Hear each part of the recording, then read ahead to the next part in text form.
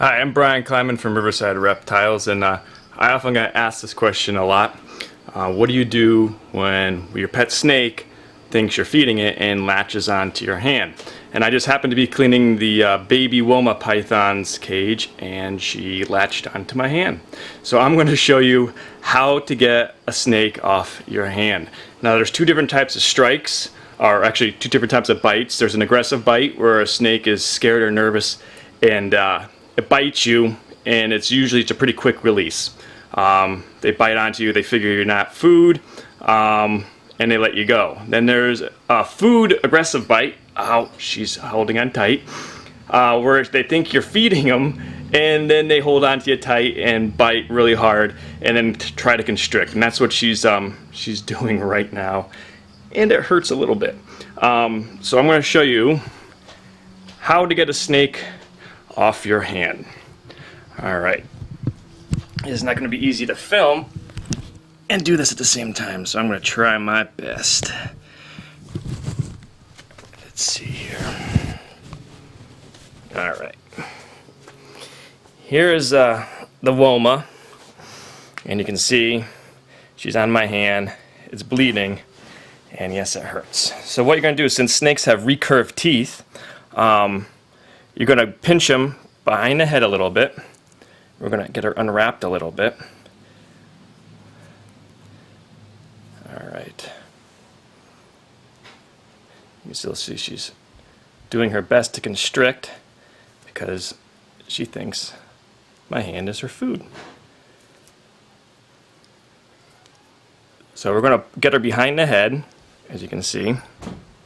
She's still holding on tight, so I'm going to use my foot to hold her tail.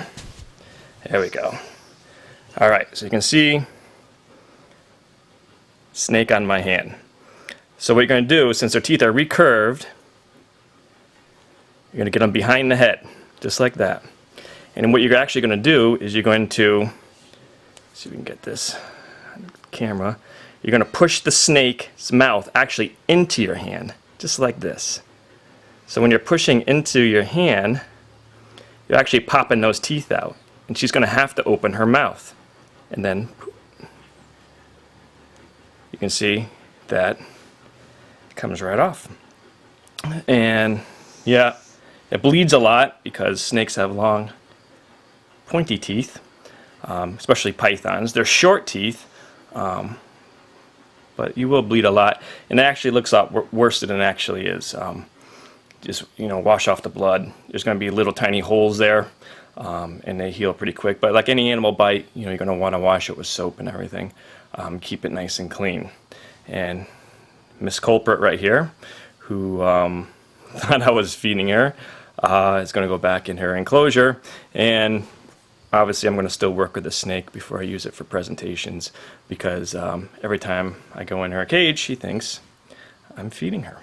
So that is how you get a snake off your hand. And the most important thing to remember during the whole process is to remain calm, because it's scary when any animal bites you. You just got to remain calm, figure out your plan of action, and just do it. Make sure you're safe, make sure the snake is safe, and when you're done, secure them, put it back in their cage, let them relax, and then if you're going to handle the snake again, give them a couple hours or even a day to get back into that cage. Alright, so that's how you get a snake off your hand.